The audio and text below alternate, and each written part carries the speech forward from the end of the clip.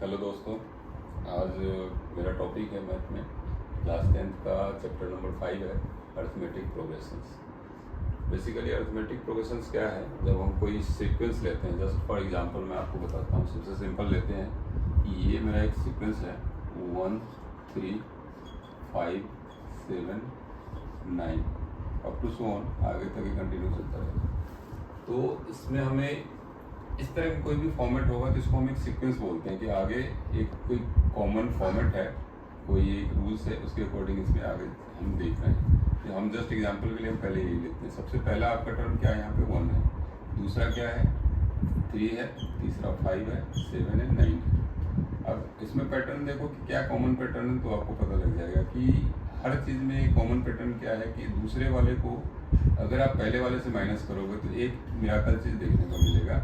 3 minus 1 करोगे तो यहाँ पे 2 आ रहा है, 5 माइनस 3 करोगे तो यहाँ पे 2 आ रहा है, यहाँ पे 7 माइनस 5 कर रहे हो तो 2 आ रहा है, यहाँ पे भी 2 आ रहा है। दैट मीन्स क्या है, कॉमन फीचर्स क्या है इसमें कि हर कंसेक्यूटिव वाले को जब हम इसमें से पहले वाले में से अगर हम माइनस करते हैं तो एक टर्म मिलता है जिसका डिफरेंस एक ही जैसा आ रहा है। इसको हम कॉमन बोलते हैं, कॉमन डिफरेंस।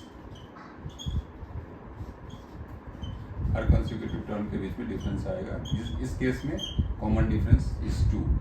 और पहला टर्म जो है इसको हम फर्स्ट टर्म बोलते हैं। इस केस में पहला टर्म आपका क्या आ रहा है? ये 1 आ रहा है।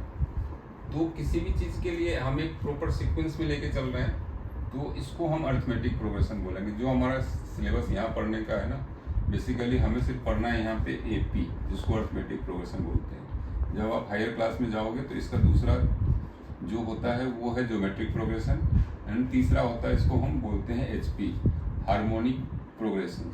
बेसिकली HP क्या होता है? HP is just reciprocal of AP। Arithmetic progression का AP होता है, बट अभी आपके सिलेबस में सिर्फ यही कवर करना है जो AP अरिथमेटिक प्रोग्रेशन, जैसे geometric progression and harmonic progression ये आपको 11th 12th में या फिर हायर क्लासेज में पढ़ाया जाएगा। तो अभी आपके बियॉन्ड सिलेबस है, बट अभी हम जस्ट आपको इन्फॉर्मेशन के लिए हम बता दिए कि आगे इसमें 2 और टर्म होता है जिसको GP और HP बोलते हैं, जिसको हम आगे डिस्कस करेंगे। तो बेसिकली सबसे सिंपलेस्ट है और इसमें मार्क्स गेन करना सबसे आसान होता है।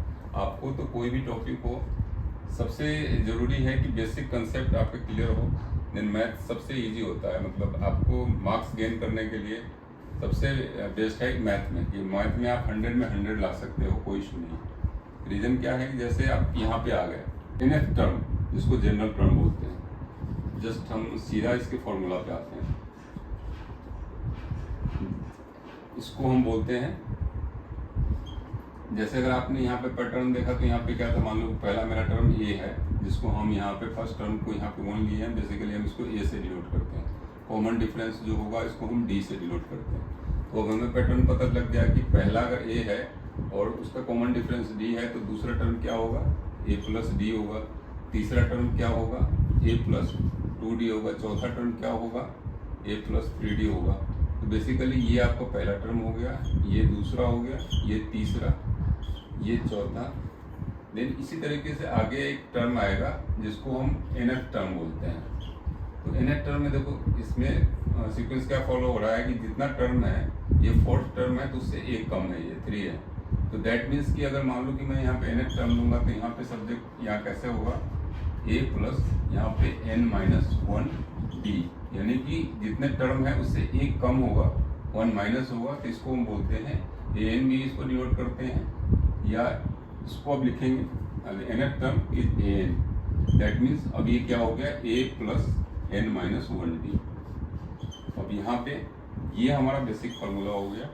इसी फार्मूला से आपके सारे क्वेश्चन बन रहे हैं। इसमें 3 फार्मूला है बस, उसी से आपके सारे क्वेश्चन बन रहे हैं। अब यहाँ पे AN हो गया, जहाँ पे where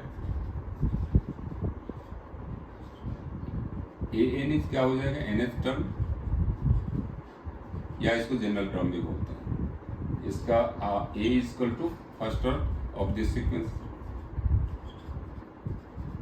and D is common difference.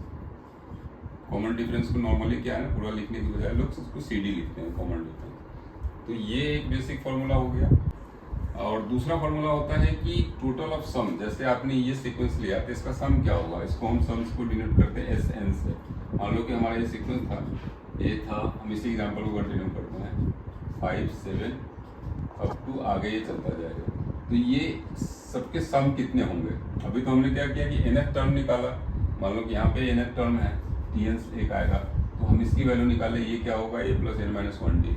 अब ये कह रहा है कि सबका सम करके बताओ आप।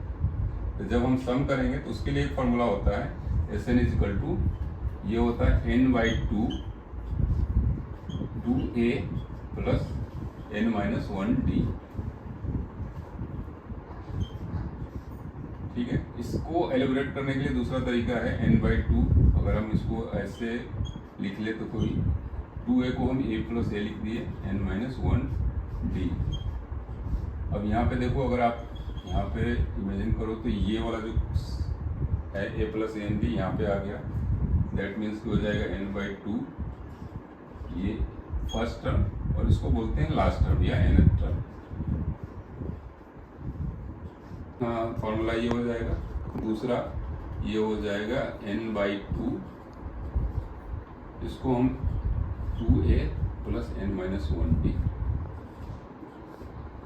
अब इससे ही सारा सवाल बन जाएगा। अर्थमेटिक प्रोग्रेशन में जो आपके सिलेबस के लिए चीज है जो पढ़ना है वो इतना ही है। एग्जाम्पल यहाँ पे है कि A N is equal to दे दिया, A N is equal to 2n square plus 1। अब ये कह रहा है कि अब ये एपी में है भी या नहीं है, तो हम इसको कर लेते हैं n प्लस 1, जो हमें भी पता है n की जगह n प्लस 1 स्क्वायर प्लस। अब इसको क्या करेंगे, हमने पहले ए एन निकाला, एन की जगह रिप्लेस किया, उससे अगला टर्म है ए एन। इसके बाद हमने फॉर्मूला में क्या किया, A N plus 1 minus A N कर दिया। तो ये वाला टर्म हमारा ये था, इसको हम एलेबरेट कर लेंगे अभी। तो ये हो जाएगा 2n square 2n plus 1 is equal to, अब यहाँ पे इसको 2n square plus 4n plus 2 और 1 3 हो जाएगा। तो ये अब इसमें से अब माइनस क्या करना है, ये टर्म माइनस ये, तो इसकी वैल्यू आ गई थी 2n square plus 4n plus 3 minus 2n square minus 1। अब ये 2n स्क्वायर से 2n स्क्वायर कट जाएगा, ये हो जाएगा 4n प्लस 2। अब ये देखो इसमें n कंटेंट कर रहा है, दैट मीन्स कि ये कांस्टेंट नहीं हुआ। कॉमन डिफरेंस हमने भी क्या पढ़ा कि दो टर्म कंसेक्यूटिव लेंगे तो कोई कॉमन डिफरेंस होगा और टर्म्स में होगा, बट यहाँ पे n कंटेंट कर रहा है, दैट मीन्स कि यहाँ पे n वाला टर्म कंटेंट कर रहा है, तो this is not a AP. मतलब ये सीरीज जो है ना वो अर्थमेटिक प्रोग्रेशन नहीं है।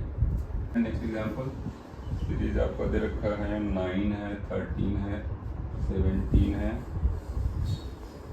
21 एंड 25। इसी तरीके से आगे बढ़ता जा रहा है।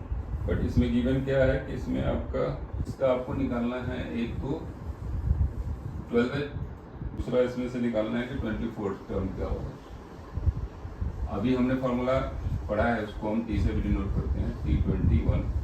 इसके लिए हमने अभी फॉर्मूला पढ़ा है a plus n minus 1d, standard formula. तो इसमें हमें a निकालना है, तो इस सीक्वेंस में हमें पता लग रहा है कि a क्या है, 9, पहला टर्म 9 से शुरू हो रहा है, तो हमारा यहाँ a इज इक्वल टू 9 है।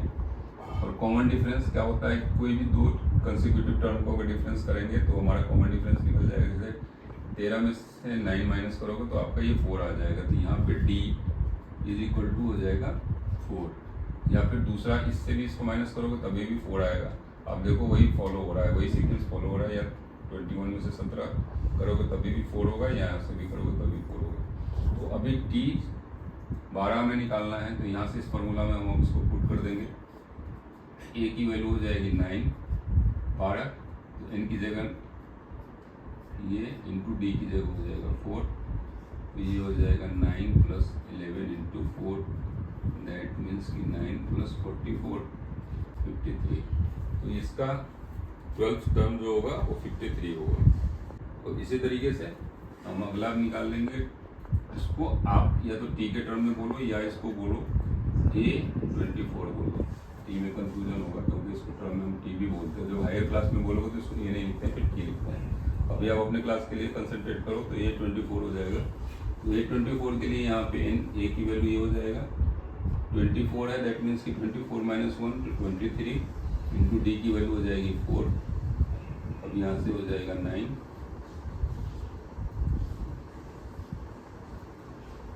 ठीक है, ये होना।